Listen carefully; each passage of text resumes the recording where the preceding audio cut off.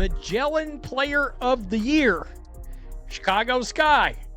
So she was named the Player of the Year right here for the Chicago Sky, right?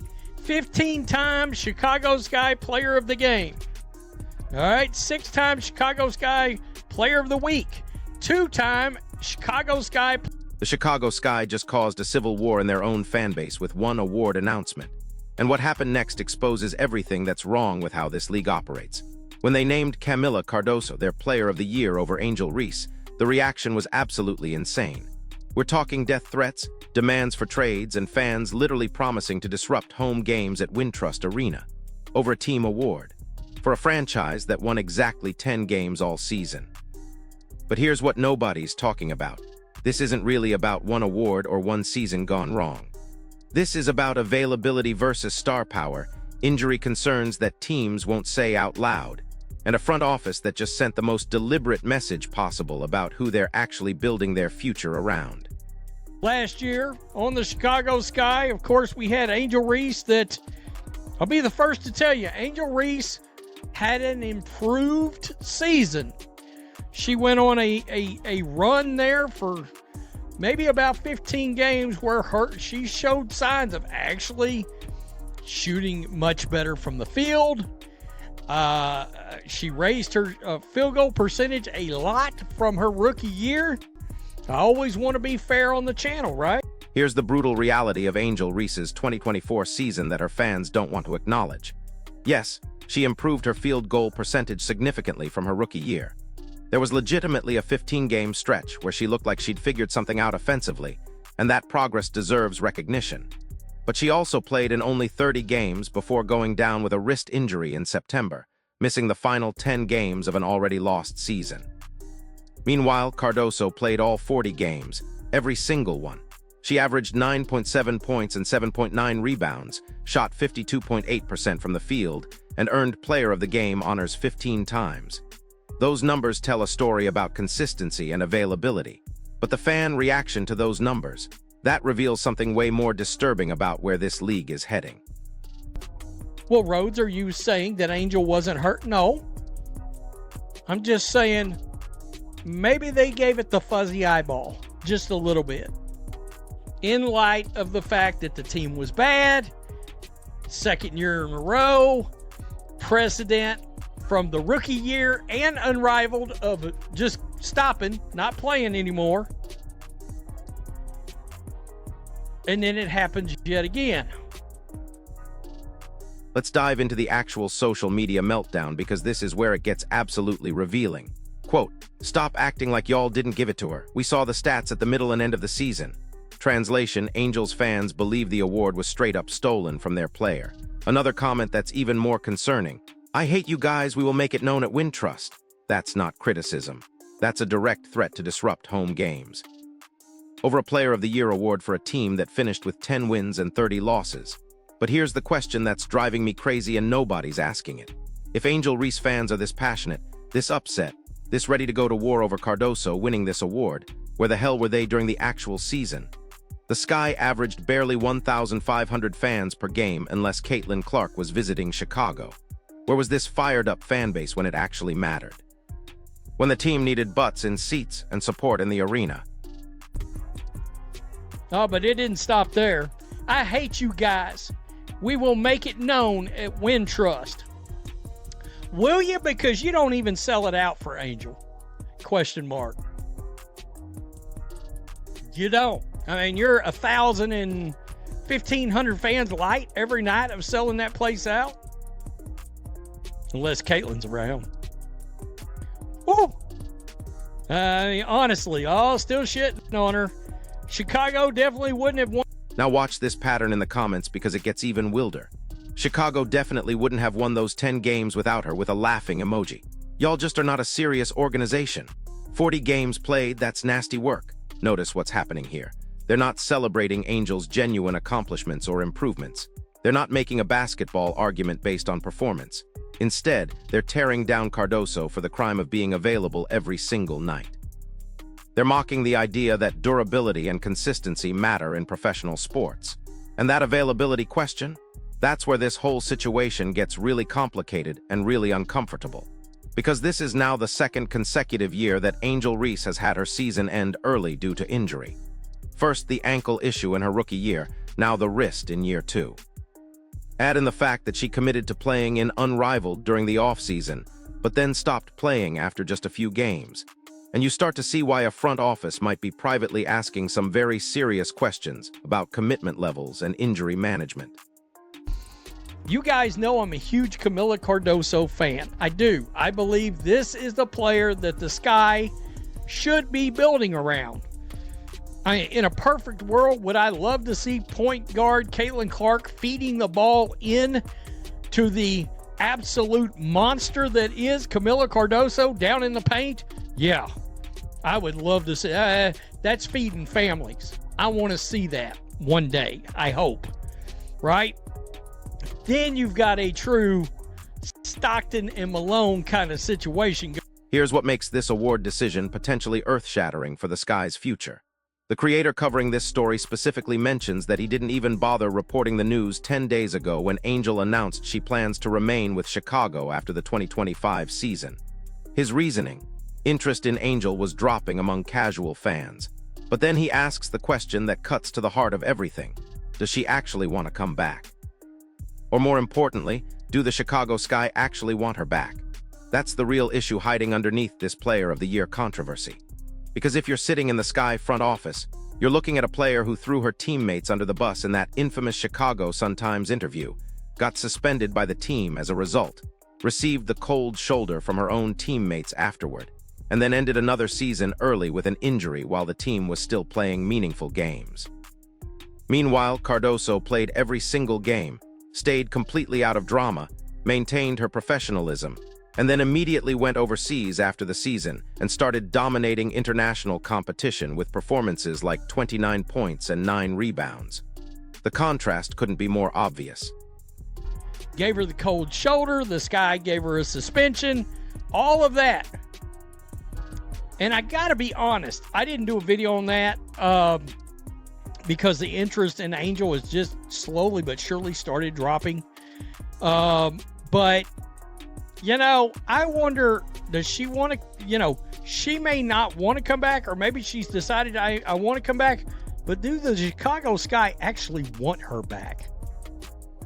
That's something that we haven't actually talked about. Let's talk about what the Sky actually need to become competitive, because this is where basketball reality meets fan delusion. This analysis mentions that on a true championship caliber roster, Angel would be the 5th scoring option, not the 1st or 2nd.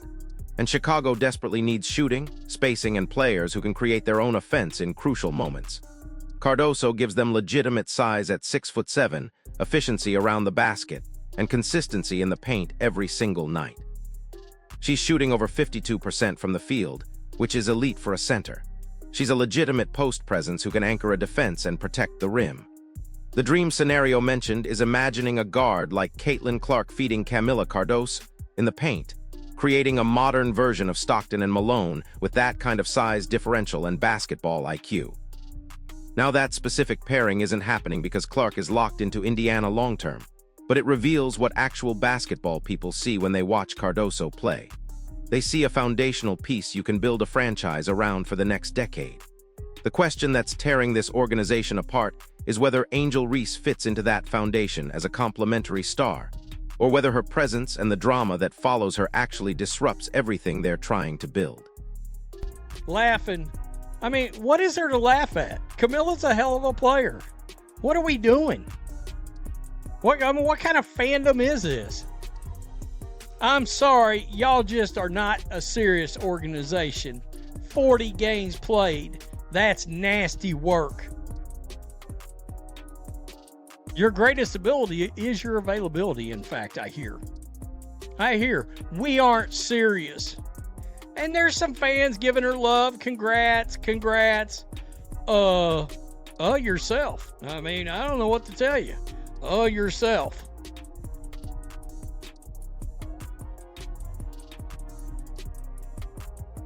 Congratulations, demand a trade.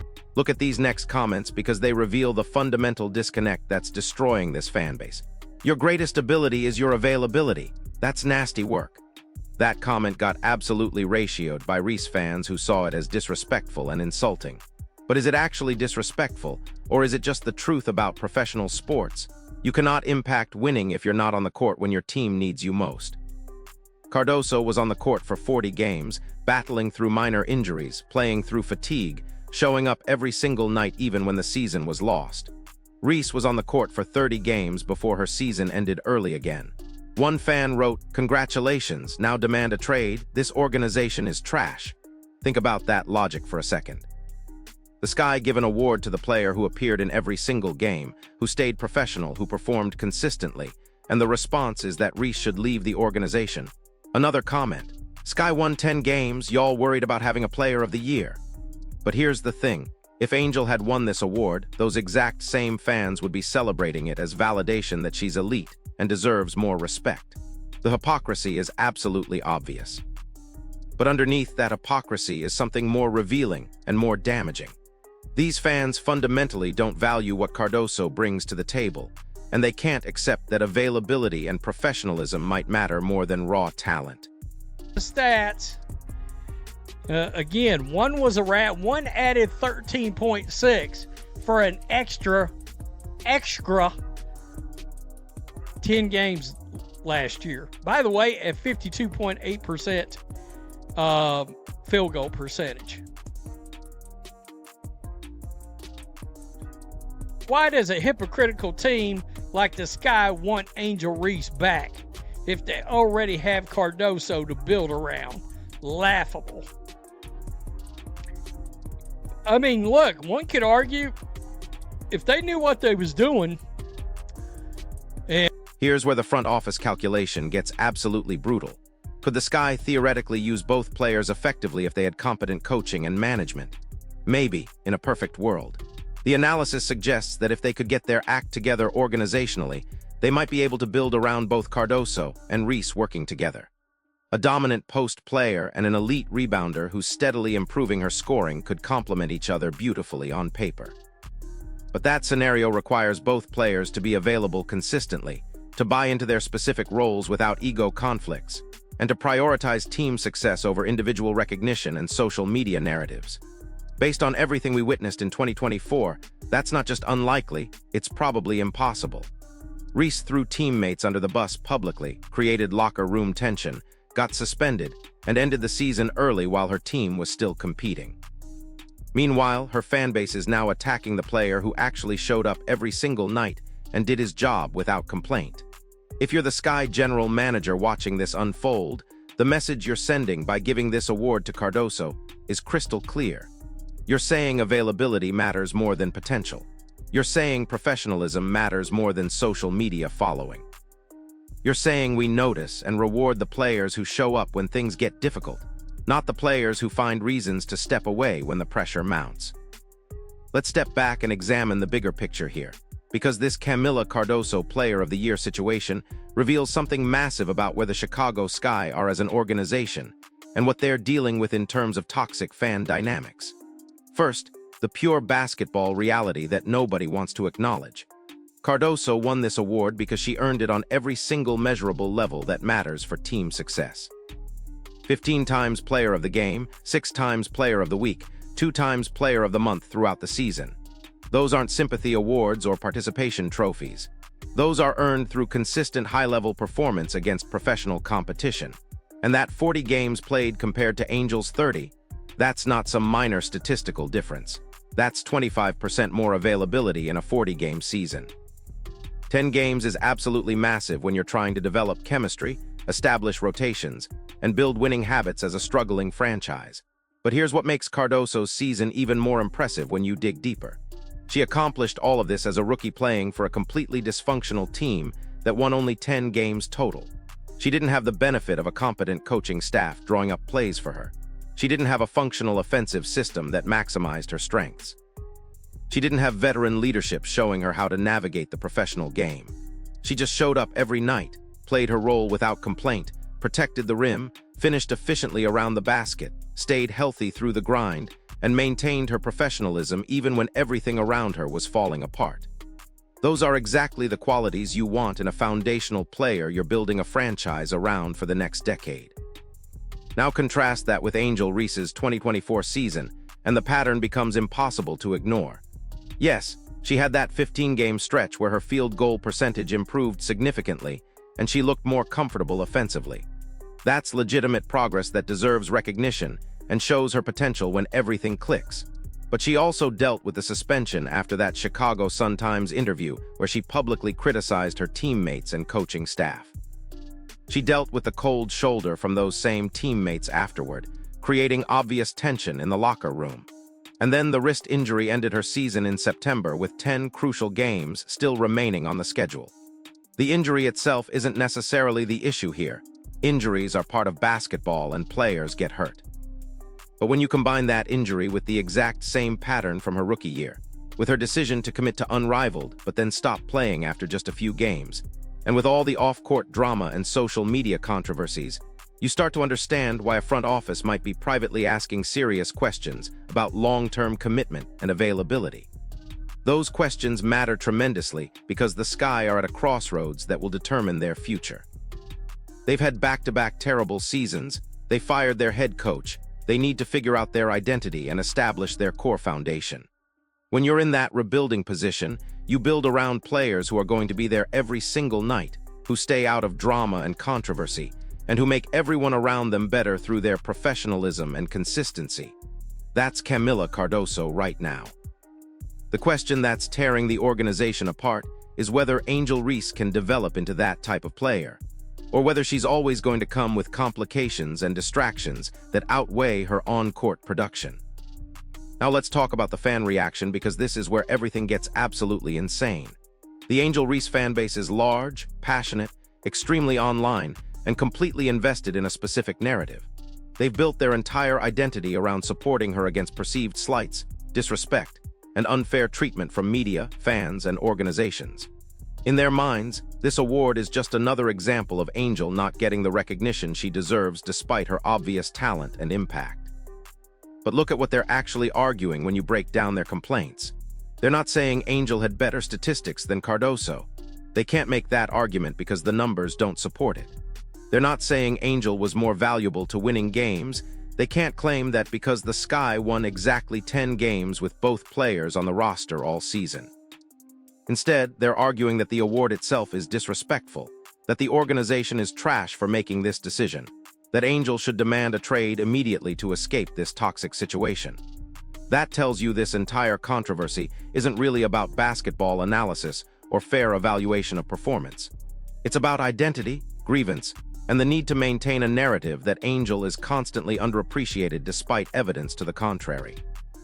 The Reese fanbase has invested so much emotional energy in the story that she's disrespected and undervalued that any recognition of another player feels like a personal attack on them, even when that other player objectively had a better, more consistent, more valuable season from start to finish. Here's the massive problem for the Sky that nobody wants to address directly. That passionate fanbase doesn't actually translate to support where it matters most for a struggling franchise. They're not buying tickets to games. They're not filling Wintrust Arena even when Angel is healthy and playing well. The Sky averaged barely 1,500 fans per game throughout the season, unless Caitlin Clark was visiting Chicago and bringing her massive following. Where were all these fired-up, passionate Angel Reese supporters when the team desperately needed them in the stands? They were online, on social media, defending Angel against critics, attacking anyone who questioned her performance, and building elaborate mythologies about her impact and importance. But they weren't at the actual games supporting the team when it mattered. That's a disconnect that front offices notice immediately. You can have 1 million followers on social media and generate endless online engagement, but if that doesn't convert to ticket sales, merchandise purchases, and actual revenue generation, what's the real business value? Compare that to Caitlin Clark, who drives sellouts everywhere she plays and generates massive economic impact for every arena she visits. Compare it to a Ja Wilson, whose fans fill arenas in Las Vegas and buy everything with her name on it. Those players have fan bases that translate directly to measurable business impact. The question for Angel Reese is whether her online following will ever make that transition from social media support to actual financial support that helps organizations succeed. Now let's address the elephant in the room that everyone's dancing around, the injury question and what it might really mean. The creator of this analysis specifically mentions that maybe the Sky front office gave Angel's wrist injury, the fuzzy eyeball.